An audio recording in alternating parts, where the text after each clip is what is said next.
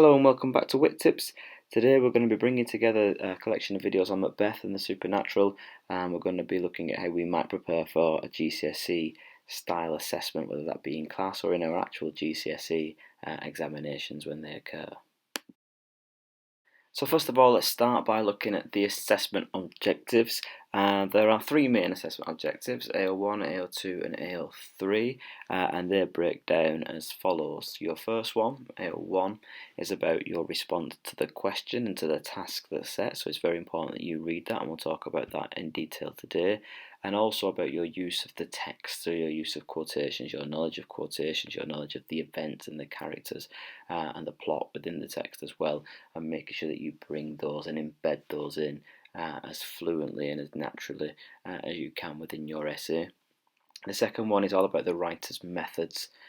So the writer, whatever that might be, for Shakespeare, we're going to be, because it's a play, we're going to playwright, we're going to be considering stagecraft as well as language. We're going to also be thinking about character as a method as well, and be talking about Shakespeare presents the character of. So you're talking about the character as a method. That's quite important, and also what's sometimes missed out or not done as well is the effect of these methods. Why has the writer chosen to use this particular method or this particular character?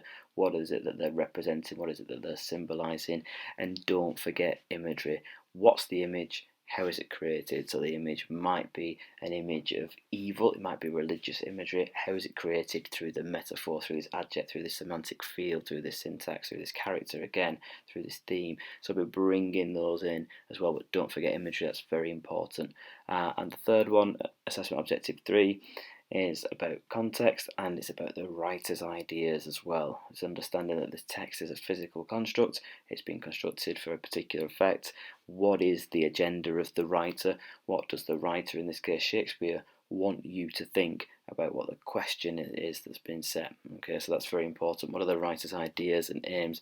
And as it says, any other contextual points of note that might change or alter an interpretation of it. Also, you'll see for Macbeth, for Shakespeare, that there is an extra assessment objective there, which is all about your SPAG, your spelling, punctuation and grammar. Very important you get the basics, you spell Shakespeare right, it's written in your question, it's written on your paper, there's no excuses for that. And then be thinking about the clarity in which you express yourself through your writing, because there's 4 extra marks available, and that's very, very important. So do put some care and some thought into how you craft your answer as well, to make sure that it's as clear as it can be for an examiner or for your teachers when they're marking it. So that's the assessment objectives. We're going to be following a series of steps now, and these steps you should follow for any of your literature questions that you're attempting. You know your literature text before you go in there, for the majority of the cases anyway, unless it's unseen poetry.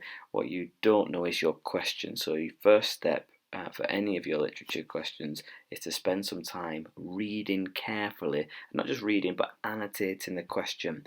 So I suggest now that you press pause on the video. You've got a question in Microsoft Teams set by your teachers for you. Pause the video, go and read your question, annotate your question, then press play again, and we'll talk through how we might have annotated that question.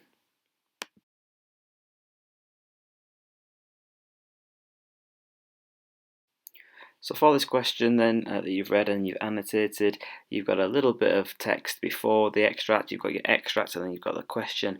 The text before your extract just helps you to situate it within the play. So if we just read through this, it says, read the following extract from Act 3, Scene 4 of Macbeth, and then answer the question that follows. At this point in the play, the Macbeths are hosting a banquet in which Macbeth believes he sees the ghost of Banquo. This can be very important for you and be able to situate and contextualise what point of the play that we're in here. So we get this little bit of guidance. We should use it. How should we use it? Let's have a look. So you can see the first thing that I've circled here is Act 3, Scene 4. The reason I've circled this is it tells me something very important. For me, this is at the middle of the play. So I know before I read my question, I've got a scene that's in the middle of the play. I'm going to need to work forward to be able to situate it well and think about how this fits in terms of the ending of the play, but I'm also going to have to work backwards and link in the beginning of the play as well, because I can't ignore that. That's going to be very important. Some other things that I've underlined here is that the Macbeths are hosting a banquet in which Macbeth believes he sees a ghost of Banquo. Believes is important, I think, an important word for us there, because that's already leading us into some kind of interpretation. We've already got this idea of a ghost in there, so we're thinking about the theme of the supernatural, and this idea that they're hosting a banquet. These two things should juxtapose each other. Hosting a banquet full of people means that you're going to be putting on your societal face, your kind of professional, kingly face if you're Macbeth, and what you're seeing are your innermost demons. Okay, so these two things juxtapose themselves with each other. You should have a calm, rational, professional, kingly, courtly Macbeth hosting a banquet, and Lady Macbeth obviously as well, and what you've got playing off against that, juxtaposing that, is this big theme of the supernatural and this inner turmoil in which Macbeth is already feeling. So we've already got that juxtaposition that's being given to us here by the examiner, so we should be able to use that and draw upon it as we're reading the extracts and going on to the question as well. Now to the question itself. I've not even touched the extract yet, because there's no point in me reading the extract if I don't know what I'm reading it for. So now I'm moving on to my question, which goes like this. Starting with this moment in the play, explore how Shakespeare presents Macbeth and Lady Macbeth's attitudes towards the supernatural. Write about how Shakespeare presents the attitudes of Macbeth and Lady Macbeth in this extract, and the second bullet point will say in the play as a whole. So I've highlighted some things here for me to help me to make sure I don't miss this question. First thing, I've highlighted Shakespeare.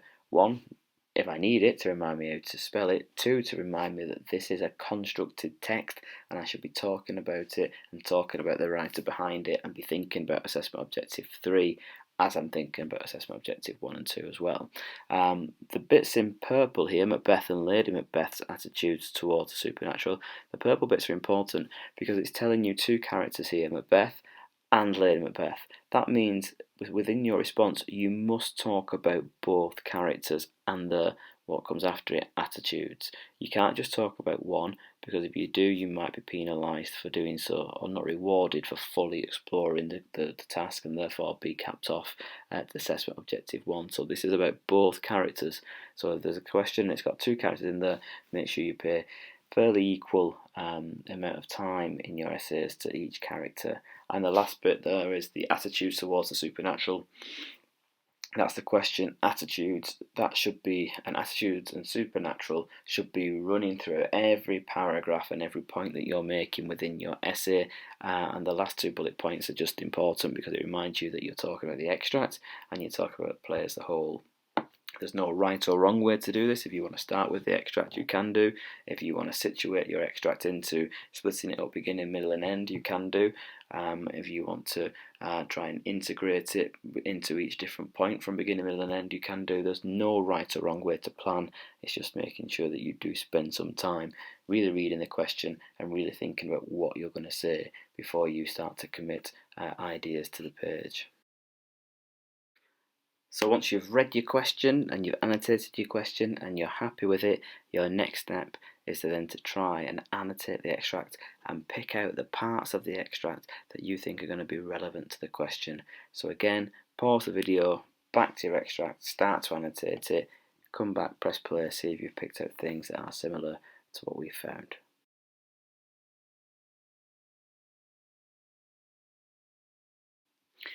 Okay, so some things that we've picked out of here, we've not picked out an awful lot, but some things we've picked out here we'll try and talk through, should be linking to the attitudes of the two characters in the situation that they find themselves in, hosting, like we've said, this very public banquet, and the supernatural and the reactions to it. So there's two different reactions in this scene. You've got Macbeth, who sees and hallucinates and sees the ghost of Banquo, so sees the supernatural, and is quite fearful of it. And on the other side of that, contrasting that, the antithesis to Macbeth is Lady Macbeth, who doesn't see this ghost, is not frightened, is not worried by it, and does try to keep this public persona going and cover for husband, and seems to react in a much stronger way. So some of the things that we've picked out to try and show those two different attitudes, one of fear, worry and anxiety and panic, and one of strength and perhaps, I would say, resolve, resilience, if you will, to the supernatural. links to syntax, and especially in Lady Macbeth, I quite like this. So Lady Macbeth, in that first exchange, finishes off with the interrogative question, "Are you a man?" Which is an important thing. So the ghost has entered and exited. So we've got the use of staging. So I've highlighted that at the bottom, and it is just at the beginning. So think about Shakespeare's use of stage directions. I would have annotated that and pulled that out and talked about Shakespeare's staging, okay, and the fact that there's a ghost on stage and only Macbeth can see it, and the other characters and their reaction to it, and the audience reaction to it as well. But the use of the interrogative from Lady Macbeth, "Are you a man?" is an important thing. It's further emasculation. It's further using. You could even add ridicule here. Lady Macbeth is ridiculing him. Okay, she might be whispering this. She might be saying this in the earshot of other people. "Are you a man? Pull yourself together." But it's ridicule, and it's how a Jacobean woman should not behave to the Jacobean husband, and how a queen should not behave to a Jacobean king as well. So there's the emasculation there, and her kind of turning the supernatural into another personal attack on Macbeth. The ridicule follows with, "This is the very painting of your fear." Obviously, it's not a painting, so you've got metaphorical language here, but this idea again, she links this, she says, it's an hallucination. It's something that only you can see. The possessive pronoun your, this is your fear, is an important thing, and she linked to the drawn dagger. Again, this is more ridicule, mockery, if you will. The drawn dagger, she's saying this as if it's it wasn't a real thing that Macbeth saw, it's an hallucination. So it's further mockery of her husband trying to snap him out. This emasculation seems to have worked before. She emasculated him when she wanted to kill Duncan, and he did it. Now she wants him to quickly snap out of this moment of kind of psychosis and hallucination that he's gone into, and she's further using this technique, if you will, this rhetoric technique to try and snap him out of it, which is one of ridicule, and hoping that will, by questioning his sanity and his manhood, he might come back round. And she continues to say that this is a fabricated story, that something that a woman would tell to her family round the fire. "Shame itself," she exclaims. I think there's three important sentences for Lady Macbeth here, and I've been making a point about syntax as well. You've got "Are you a man?" which is an interrogative. You've got "Shame itself," which is an exclamatory, and then you've got in that last line there, "You look but on a stool," which is a declarative. So it's saying here, look, when all's said and done, all you're looking on is just a stool. So we go from this kind of this imagery of a painting of fear, something that's just painted within inside your head, to this concrete noun of a stool, and the image changes from a painting, which is something that's grand and full of detail, and when we see a painting we see different things, to just a stool. And that juxtaposition of a grand painting that can be interpreted in many different ways to just a concrete stool which looks just like it is quite an important juxtaposition. Another question in there, why do you make such faces? Again, trying to snap him out of it. Further emasculation there as well are important here. But Lady Macbeth, at this point, her attitude is very strong, very defiant. She's very much in control. She's not worried at all by the supernatural. She doesn't even see it at this point. Only Macbeth does. Macbeth, on the other hand, then he has gone into just sheer panic. I mean, I've only picked out here, if thou cannot speak to. There is great fear here. It's like this idea that if this ghost is nodding, he wants it to be able to speak, but it can't speak because it's not really there. It just exists in his imagination. And this idea that I've not made green, but something that you might want to pick out here. You've got obviously the devil on the other side there for religious imagery, but those that we bury return back. Those that we bury back, our monuments shall be the moors of kites. So this idea that we try and send to the grave the dead, but what Macbeth is seeing here is the dead rising, and if this is something that happens, then this is something to be very, very frightened of, because it means that when we kill something, that's not the natural end of it. We talked about the difference between the supernatural, the unnatural, and the natural. When somebody dies, naturally or suspiciously, in Banquo's case, that should be the end of it. You put that body in the ground, the soul then goes to heaven or to hell, wherever it might be. That body's dealt with.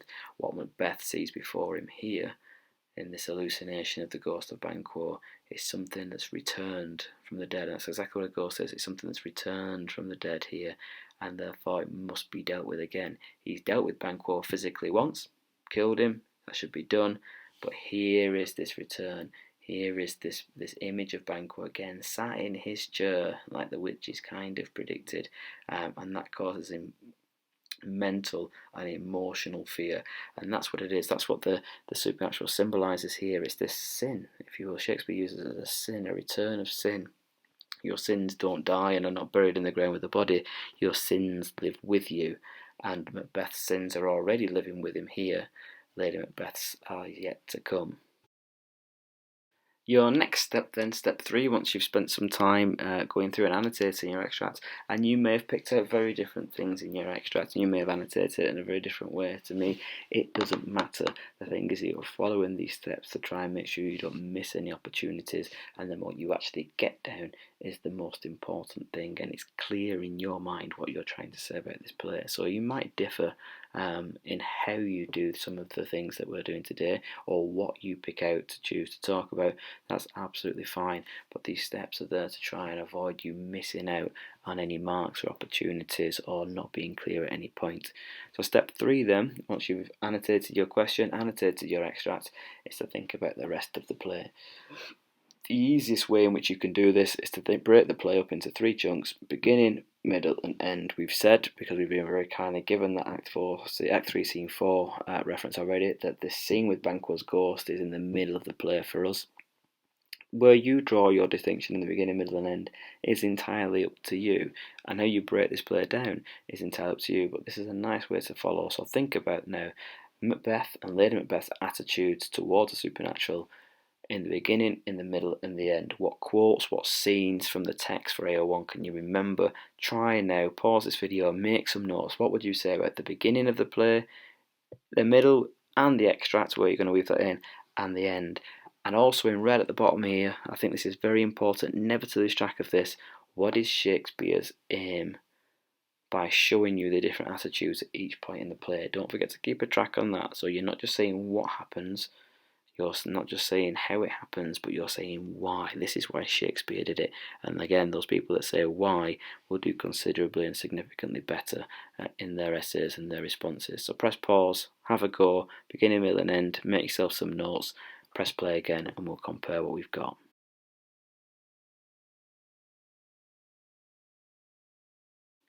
So, doesn't matter if you've got down quotations, the odd word or idea, symbol even, doesn't matter what it is, as long as you've gathered some thoughts.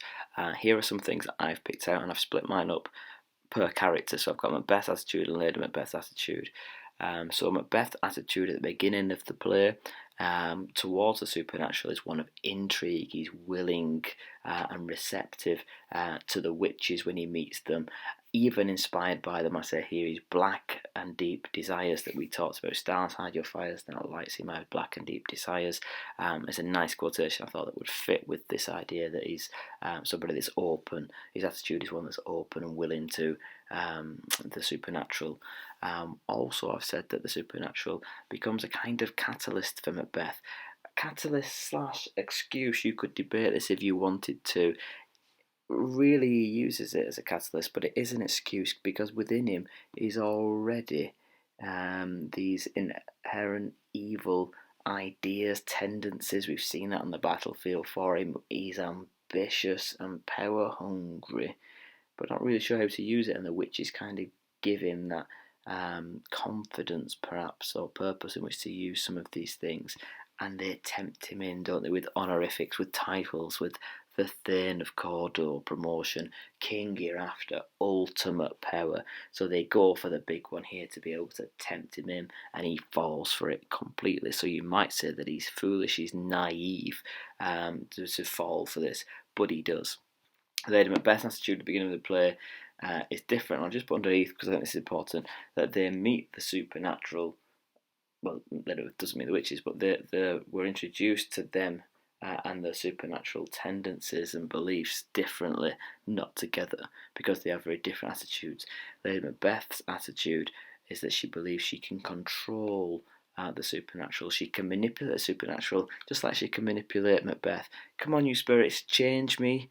change me into something, unsex me here, change me into something that I'm not, make me more masculine, give me these new characteristics and behaviours, shape shifting almost, gender bending as well in some ways, in what she does. Is she man, is she woman, is she witch, what is she at this point of the play?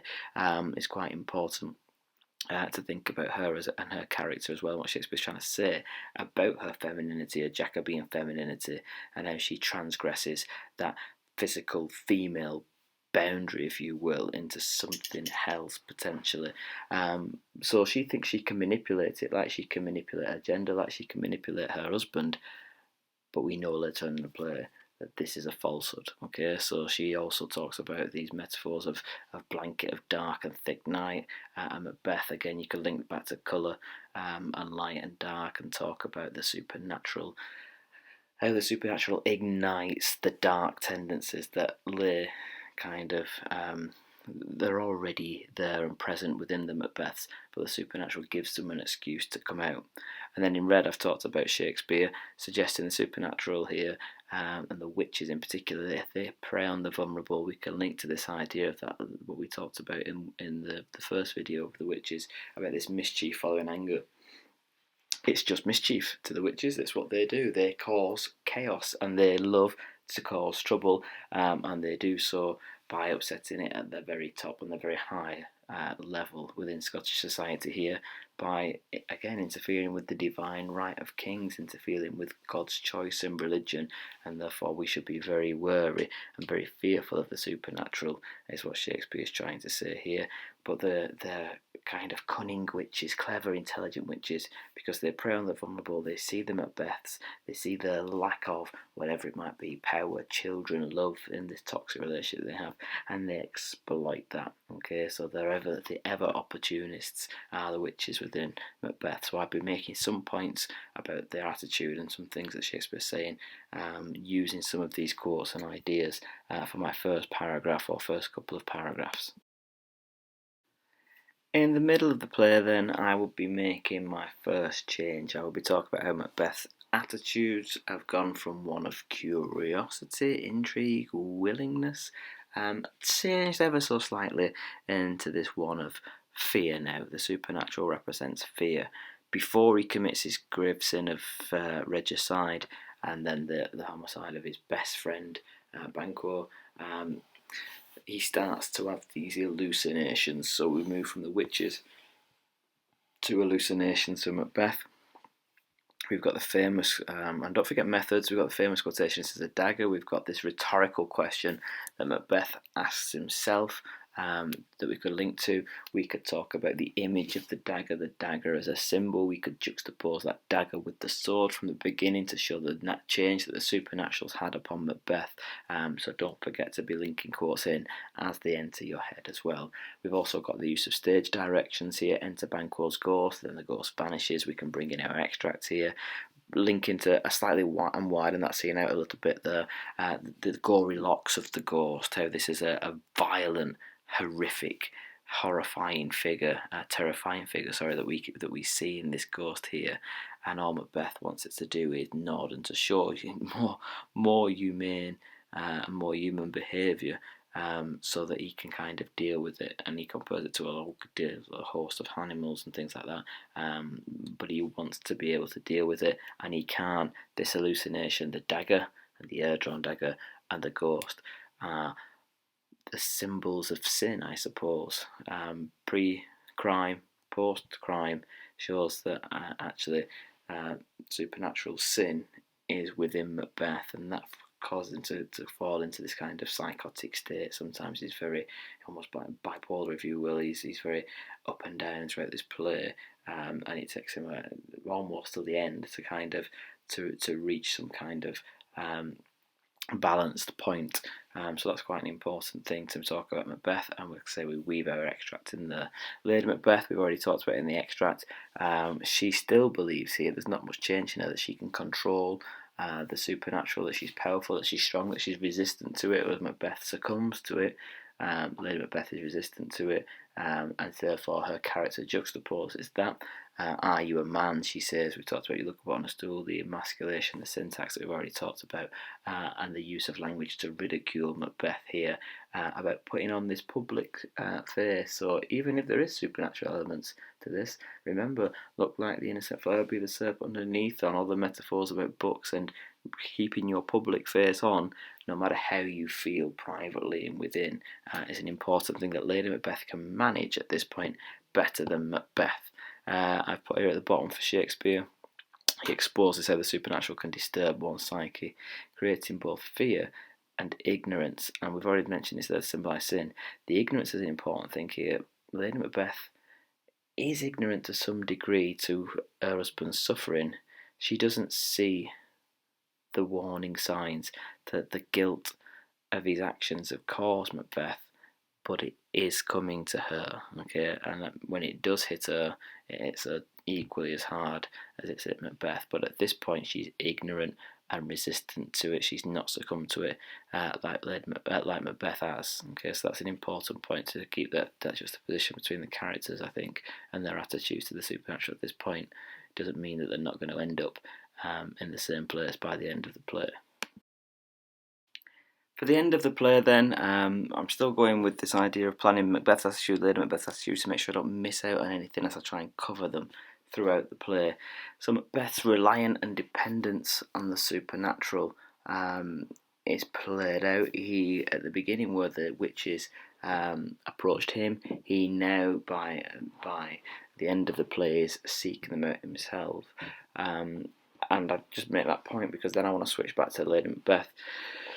The strength that we talked about in the middle of the play has eroded away now, and it all seems quite ironic because the air-drawn dagger in which she ridiculed Macbeth for seeing in Act 3, Scene 4, Shakespeare now seems to ridicule her with the link to the damn spot and the fact that she's made a big deal out of mocking Macbeth for his hallucinations, and now she's hallucinating herself. Her commands and her language has become powerless, where it was powerful at the beginning, and where she commanded the supernatural. And you can link back, this is where it's nice to link back to quotations, come you spirits and sex me here. It's now the command to have this kind of hallucination of the supernatural to go away, out, damn spot, this thing that she can see on her hand that she's rubbing furiously. She wants it away now, so the use of imperatives have come, you spirits, to out, damn spot, show how she's gone from quite powerful language to powerless language, and from trying to control the supernatural to pleading with it to kind of exit her body, and the supernatural here representing some kind of sin. Her mental torture then leads to her suicide and her eternal damnation, and her penance is paid with her life for her involvement in these deeds of regicide and the killing spree that Macbeth's gone on. Macbeth's attitude then, after he sought the witches out, at the end of the play, I suppose, is where the tragedy comes in, because it's the realisation of the equivocation of the witches. He's put all his trust into the supernatural, and they have misled him. At best, lied to him. At worst, for nothing but their own entertainment and mischief, and for our entertainment on the stage as well. So you can use the quotes from the last prophecies that they made in Burnham Wood, moving to Dunsinane Hill, and none of woman born shall harm thee. You could talk about these as acts of equivocation, and his fall is terribly tragic, but utterly avoidable, and it's all brought about by his tragic flaw and this ambition for power that he has. So you could bring those elements of tragedy in there as well. And by the end of the play, what Shakespeare has done is restored equilibrium, has restored order. He's got rid of the chaos that the supernatural has brought the rightful heir is back on the throne in Malcolm, and all those that have dabbled in dark supernatural arts have been dealt with. Good overcomes, so this idea of good versus evil, and the supernatural representing evil is important. The tyrant butcher is feeling like queen is dead now. The patron, King James, will be pleased with this, and his fascination with witches, although they've not been dealt with, they've not won. Good has come through, and that's an important thing, and there's a didactic purpose to this as well as an entertaining one. And there's this moral warning from Shakespeare to his Jacobean audience. Okay, don't get outside of your station. Don't be ambitious for power.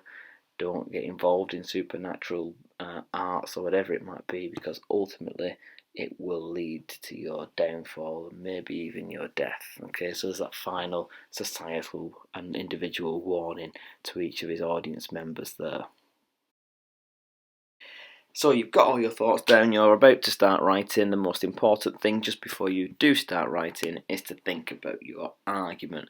Those students that are aiming for the higher grades, your 6s, 7s, 8s and 9s, need to stand back from the text, see it as a construct, not get wound up in the events, and your argument is that kind of overarching point. What is the point for your question that you're going to be making and referring back to throughout? So your argument is very important for you, and again, note that it's a construct that we've been practicing and thinking about why the writer does it, and thinking about verbs that go with your writer, the actions that your writer is trying to achieve. So there's an example for you. Shakespeare constructs the play to chastise any involvement that Macbeth have with the supernatural, thus warning the Jacobean audience of the tragic consequences of tampering with the natural order of individual, political, or societal status quo. Now, all my points in my paragraphs I think would link nicely back to that, and I'll be going back to it as much as I can.